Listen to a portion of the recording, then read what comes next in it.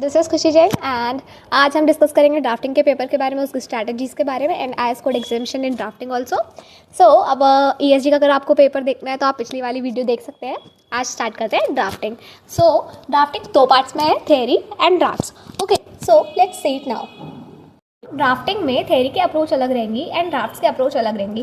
तो स्टार्ट करते हैं ड्राफ्ट से, क्योंकि ड्राफ्ट जितना हार्ड होता है वो उतना इजी भी होता है, क्योंकि उसमें काफ़ी रिपीटेड क्लॉज होते हैं। फॉर एग्जांपल यहाँ पे मैंने कुछ कॉमन क्लॉजेस रखे हैं जो मैंने पर्टिकुलरली खुद के लिए भी निकाल के रखे थे, जैसे कि कॉस्ट, एक second, cost, remuneration, liability, indemnity, kind of jurisdiction, tenure, scope, ये सब बहुत से ड्राफ्ट में आते हैं, बहुत से ड्राफ्ट में आते हैं। जैसे डिस्प्यूट क्लॉज हो गया, ज्यूरिसडिक्शन के साथ ही आता है कि डिस्प्यूट क्लॉज भी, फीस का आता है, कंसिडरेशन क्लॉज होता है, description of property, her mortgage type में अलग अलग प्रॉपर्टीज़ में मॉर्गेज जब ड्राफ्ट बनाते हैं मॉर्गेज का, तब डिस्क्रिप्शन ऑफ प्रॉपर्टी भी इंक्लूड होता है ना। तो ये कुछ कॉमन क्लॉजेज है और कुछ ड्राफ्ट्स में मेन क्लॉजेज उनके अलग से पर्टिकुलरली होते हैं। जैसे पार्टनरशिप डीड में पार्टनरशिप का क्लॉजेस अलग होंगे, लिमिटेड लाइबिलिटी में अलग होंगे, कॉन्ट्रैक्ट्स में अलग होंगे, उनके क्लॉजेस अलग होंगे, डिफरेंट टाइप ऑफ कॉन्ट्रैक्ट में डिफरेंट अलग अलग क्लॉजेस होंगे।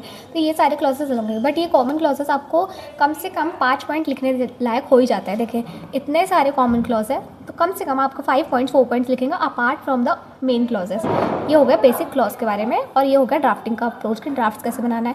और 2 ड्राफ्ट्स आपको प्रैक्टिस करना ही है, 2 ड्राफ्ट मिनिमम बोल रही हूँ मैं, मैक्सिमम आपको जितने करना है पढ़ सकते हैं अलग अलग टाइप के आपको, ताकि आपको पता चले कि आपको ड्राफ्ट लिखने में कितना टाइम लग रहा है। ओके, एंड देन अब आता है थ्योरी अप्रोच में, कि थ्योरी अप्रोच में you have 70 marks for 8 chapters and 30 marks for 6 chapters. Okay, जिसमें से 6 वाले जो चैप्टर्स है उसमें से 3 चैप्टर जो है वो बहुत ईजी है।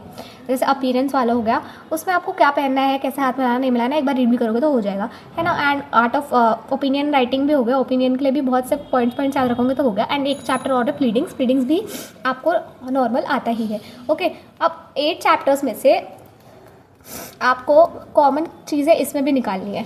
कॉमन चीज़ें जैसे कि एलसी, मॉर्गेज, गिफ्ट डीड, ये आपको हर उसमें आएगा। फिर उसमें जो क्लॉजेज रहते हैं ना, फॉर एग्जांपल आपको मॉडल स्टैंडिंग अग्रीमेंट बनाने बोला तो मॉडल स्टैंडिंग अग्रीमेंट में भी आप बना सकते हैं। उसके क्लॉज एक स्टोरी टाइप ऑफ याद रखोगे ना आप, तो आपको बेसिक ड्राफ्ट का स्ट्रक्चर, उसके रिसाइटल्स और उसकी सब चीज़ें याद हो जाएगी। अब अपन पेपर को देख लेते हैं एक बार। ये है मेरा पेपर अप्रोच। अब स्टार्ट करते हैं पेपर के अप्रोच के बारे में, कि अगर पेपर आता है तो आपको कैसे अप्रोच करना चाहिए। तो पेपर में ना आपको जैसे ये फर्स्ट क्वेश्चन दिख रहा है, ये करंट पेपर का ही था अभी जून 25 का। सो आपको जैसे इसमें पैराग्राफ दिख रहा है और उसमें आप डायरेक्टली पैराग्राफ ना पढ़ते हो, अगर क्वेश्चंस देखें तो उसमें देख लीजिए डायरेक्ट क्वेश्चंस रहते हैं कि what are the type of LC has been issued.